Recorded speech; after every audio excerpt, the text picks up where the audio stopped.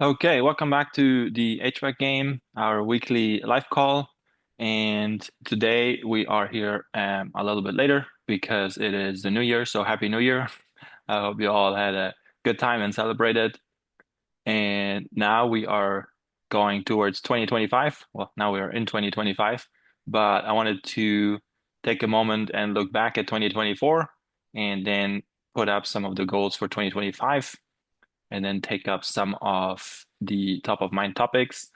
But before we do all of that, I wanted to see if there is any questions from the community that we want to answer beforehand. Yeah, so we have what's coming up, which is the EPA class, and wanted to find out exactly how it works, how it is, how long it is, and all these details. Okay. Yeah, we just finalized all the event over yesterday, 2 days ago. And basically, the way it's going to go, it is for community members only at this point. It is sort of a trial to get it all because we've done the class in person, but we have never done it over a Zoom meeting. The time it takes is about 6 to 8 hours. It really depends on the questions from the people that are joining. We will do it on Saturday, the 25th of January, and it will start at 10 a.m. So it will go from 10 to 4 p.m. or 5 p.m. We'll see. There will be, it's for community members only. There will be a sign up form that you can follow. I will post a link in the community, and it will be between 5 and 10 people. We're trying to keep it smaller to see how many questions are coming up and to just get the whole procedure down, the form, the different parts of the live webinar. But it will be a full EPA certification study. It will be like a very intense boot camp. You can just attend, and there will be digital resources that we will be sharing in the webinar that will allow you to then take and in 85% of the cases pass the exam first trial. So it's totally free right now for you. And yeah, so the instructor is Marvin. He's a technician since 2001, I think. 2001. I forgot if it was 2001 or 2003, but he's in air conditioning for over 20 years. And he has been instructing at trade school, specifically EPA classes, for 7.5 years. And he is a friend of mine, and he saw what I'm doing with the community, and he wanted to engage more with new technicians also on that level. So that's why we're doing this. We're trying it out. We're obviously trying to get feedback. I will post a link in the community. I will give all the information there. But it's on Saturday, the 25th of January. It starts at 10 a.m. It's about 6 hours. There will be a link and a sign up form where you can register and put your email so we can keep you updated and keep track of everybody that wants to actually join so we know who's attending. And that's how it works. Okay, cool. So that's good. Okay, so that's the main question that they have. We had wanted all the details about the community, I mean about the class and how it is. So you give it to us. So that's good. That's good. I have no questions. It's very clear and you give the time and the date. So we'll be there. Nice. Okay, cool. Then I wanted to just go over the 2024 accomplishments. And this entire journey just started basically this year, I mean, last year now. And it came from this simple decision that I made in February to start posting on Instagram and just sharing some of the knowledge that I gained over my decade in air conditioning. It started out very different. I wanted to give advice on finding jobs for new technician and maybe give like job interview tips because I had several interviews. I changed positions and I had a very, I feel like a good run this year. I changed my company. I started working for a new company and then I got promoted to lead technician in the same year. So I felt like there was some things that I can share, but that didn't really seem to resonate too much. So then I was like, okay, maybe I'll switch. And then I remembered that when I started out, I had a rough time learning all the intricate details and asking questions. And it was really this one decision that I wanted to share knowledge and just dedicate it to new technicians starting out in the field because I saw that we need more new technicians, that the HVAC trade is expanding, but the amount of technician is declining. So I just wanted to make it easier for new technicians starting out. And then I just started posting. I started recording while I was on my service calls, and it just kind of developed naturally from there. I increased the scheduling. I started posting every day, and I started getting feedback and traction. I mean, the first few months I had like I think like less than 100 followers, but it was okay. It was a little bit disheartening to start, but this one simple decision really led me to being here now, having grown to over 10,000 followers on Instagram organically. I have about 1,000 followers on TikTok now. I'm not as active on TikTok. I also have 250 subscribers on YouTube, which I have longer form content on YouTube. And it's just very encouraging to see how many people actually comment and benefit and say thank you. And that also naturally led to the school community because I wanted to have a platform for new technicians where people can ask questions without being judged or talked down on. And I started out for free because I just wanted to see if it's something that people are interested in. It was. A lot of people joined. I had over 100 people join in the first, I think, 2 months. And then I found myself making longer form videos to really put courses together and classes based on feedback from the community. My original idea was to do it on maintenance, but then I found out that a lot of people look for troubleshooting and electrical wiring diagrams. So I focused on that. And then just because it took me so much time to record the videos, edit the videos, upload the videos, put the courses together, write all the content and all of that stuff. So then I started charging just to kind of offset all the costs because I also have to pay for the platform. I have to pay for other software. And so it's just naturally growing, which is very nice to see. There's a lot of engagement. And these are all the accomplishments from the HVAC game.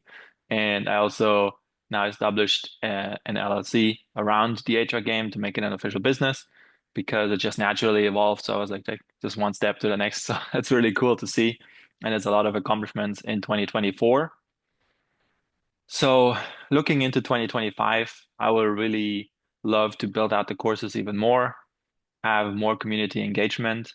I would love to organize more, like, well, start organizing in-person events. I know we have around the South Texas area between Austin and San Antonio, we have 5 technicians in the community. So I'm thinking maybe there's a meetup spot that we could have and just, see how it works out. If there's courses that we want to do, if we want to just get to know each other and establish connections so you can call and ask each other questions when you're on service calls. That's one big thing that I would love to accomplish in 2025 is just in-person meetups to help more on a personalized level. I would love to have more engagement in the community. I mean, it's already really, really good, but I just love when people go out of their way to help each other. And from one question, you can really get a lot of value for other technicians because one person might have a question and then another technician didn't know that they had this question and they see it in the community and they post and then they can comment and ask other questions. So just sometimes it literally naturally involved. We had one topic on tools, and it went from what tools do you use or just we have a new tools category in the community to okay, what is the tools allowance for the company? How much do different companies pay? Like how is it in different countries compared to the US? How is the different US companies? And it's just interesting to see from all over the world how different HR companies interact and how it's set up, So that's really cool. And then I would really, really love to see the community grow. I would love to get to 800. Well, I'd love to get to 1,000 members and just have people from all over because then you can also organize meetups better because you will have more people from specific areas. So I would love to, my personal goal is to grow the community to 800 members this year, which it's it's a big goal for me. And those are some of the goals that I have that I just see in the vision for the community. I would love to also establish some maybe brand support, maybe like with Milwaukee or Navac or Field Piece or some really good like HVAC dedicated brands where I could offer maybe discounts for community members. That would be something that I would really love to do, just to give more to new technicians starting out. So that's really what I'm looking towards, and that's what my plan is for this year in terms of the community. I would love to just grow my channels naturally, organically. Just I keep posting. I'd love to get more feedback on what works, what doesn't work, and just be more, I guess, I guess the main objective is to be more personalized to what is needed by new technicians. That's, I guess, really what it boils down to. Sounds good. Sounds good. Okay. That's great. And then, well, the 800 technicians, it's a big goal. And obviously, I see that people can actually help out by, if they know other technicians that are struggling, they can just, you know, tell other people, hey, I have this channel, you should just check it out or just engage in the community or something like this. I think that will be good so you can make you evolve, but it sounds pretty good. I like the story about how you started your Instagram and how you started the community. So that's good. I didn't even know. So it's pretty Yeah. interesting. Yeah, I mean, one of the things that I think every single technician has contacts in their phone. They build up a sort of a network over the career and they just start out and you have people that you know that are, I mean, obviously when you're starting out, everybody is more experienced than you, but you just start developing these connections, these contacts that you just accumulate. And I have specific people that I call myself for refrigeration issues. I have other people that I call for air conditioning issues. I have other people that I can call for controls issues. So it's just a natural thing to develop a network of like-minded individuals and people that are on the same journey. And what I really like about the community is that there is no toxicity at all. Everyone is just there to connect and help each other out. And you have people from all experience levels, from just starting out. Some people don't even have their EPA license yet. Some people just got their EPA license, and all the way to like dedicated air conditioning technicians that are in the field for over 30 years. And it's all the range from, like apprentices to technicians to lead technicians to also HVAC business owners. And it's just really, for me, it's just really cool to see the different opinions and views that people develop in the different steps of their journey and in the different levels of their journey because you have the longevity, but then you also have the impact that you have. Because if you're an apprentice, you might impact the installation that you're on. But if you are an HVAC business owners, you might impact the lives of hundreds of peoples every week because you have 30 technicians out in the field. So it's just very interesting to see the mindset shift from people starting out or just to compare it, like how it develops and how it just becomes more and more. So it's very interesting. I really like it. So that's why I'm looking for having more people in there, more engaged people in there, and more people that just want to connect and build a network because you can also just use the community to message like DM other technicians and ask them questions. And obviously, if you ask it in a community, it benefits everyone because then everyone can pitch in. But if you find a technician from your area, there's nothing stopping you from just reaching out to them and connecting up with them. And there are several people from the community that I have their phone numbers now that we can text, we can call each other. So that is also a very cool networking opportunity. Yeah, I found it very useful. So it's very useful in some ways. So that's good. And then I just have another question. Is there like specific steps for you to become a technician by yourself, or I just don't know exactly what the steps are. I'm just curious. I mean, it depends on the state that you're in. I think it's different from some states. In some states, you need licenses before you can start. I'm in Texas. Before I was in Florida. And in many cases, you can work under a master's license. So if you are just starting out, all you need is your EPA license so you can connect your hoses to the system. If you don't have an EPA license, you're legally not allowed to connect hoses and work on refrigerant itself. You could still work on the unit under a master's license, but you just couldn't connect any gauges and check system pressures. So if it's all electrical that you're doing and controls, you might be able to start out. If you're just working on install, you're brazing lines, you're just connecting electrical, you might be able to start out without an EPA license. But I would recommend just get your EPA license, get your universal EPA license because I mean, it's more work, yes, but in the end, if you have your universal, you can just work on anything and you don't have to go later and retake tests. But I don't know exactly in which states you need licenses, but I know there is some states where you need licenses. In Texas, it is recommended that you sign up with the TDLR, which is the Texas Department for Licensing and Registration, and get your apprentice license. And then after 2 years, you can get your certified technician license. And then after 4 years, you can get your um, what it's called the TACLA, what is it? Texas Air Conditioning License Type A or Type B. I think that's what it stands for. But that's just so you can own and run your own business, and you need somebody that has their license already to sign off on your, I think it's 4 years or 4,000 hours of experience, something like that.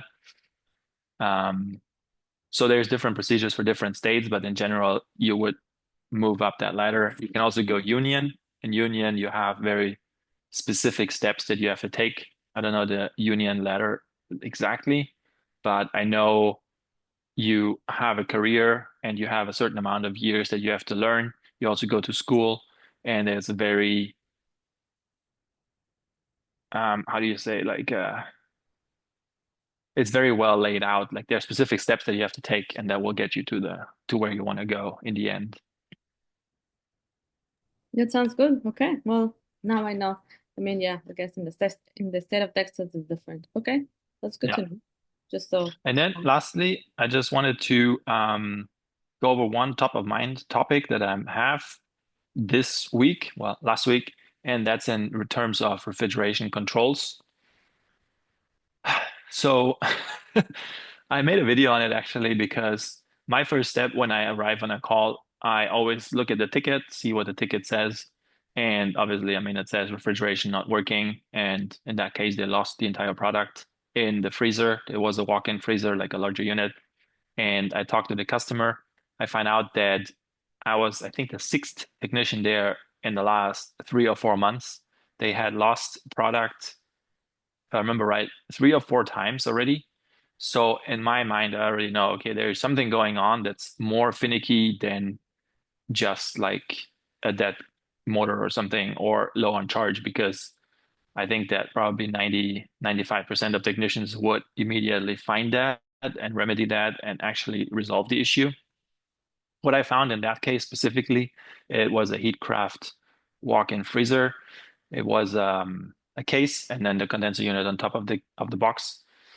So I opened it up. I mean, the first thing that I found is that our controller on the bottom wasn't working. The second thing I found was that one of the condenser fan motors wasn't working.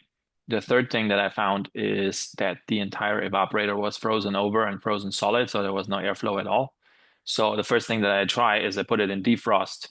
In defrost, you'll have your defrost heat elements usually come on. I mean, this was electric defrost on a freezer, so that's how it works in that. And then the compressor is supposed to shut off.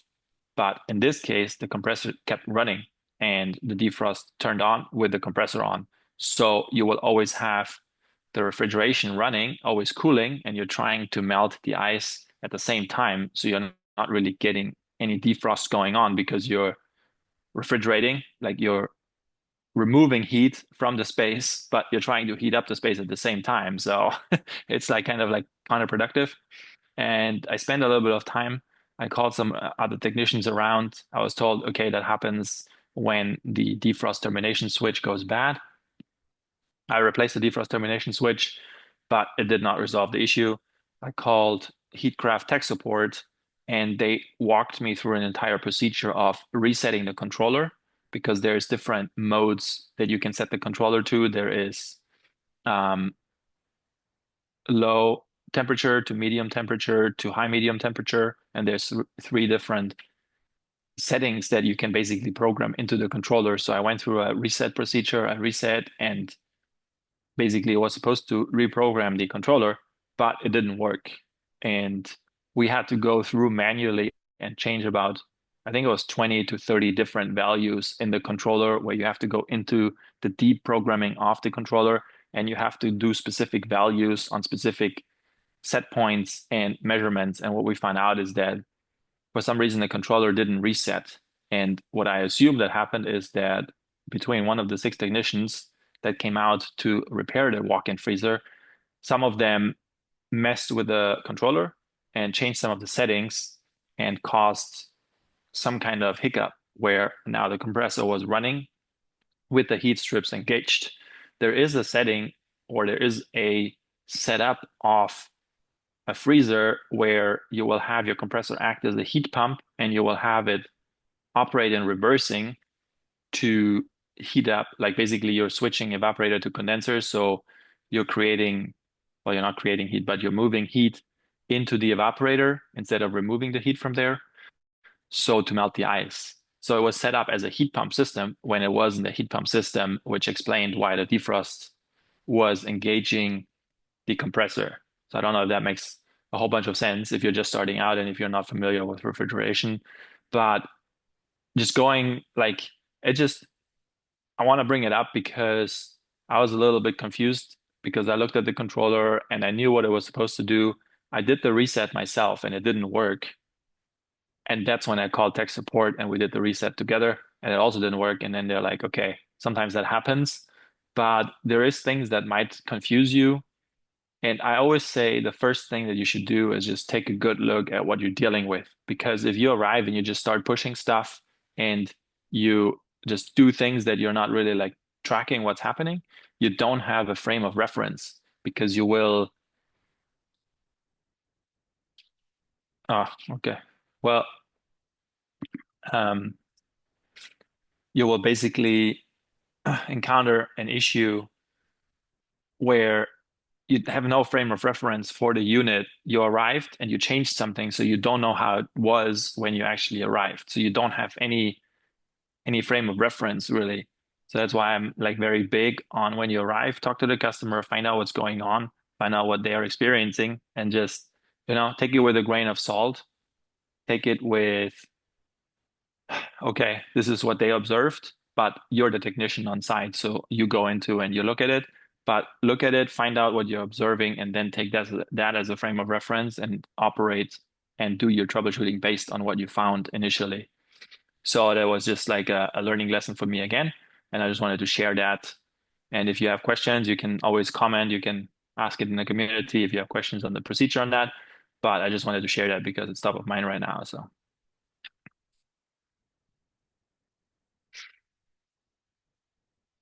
Okay, that's good. Anyways, it ran a little bit longer, which is okay. So we will place the recording in the community, and then that's all for today, I guess.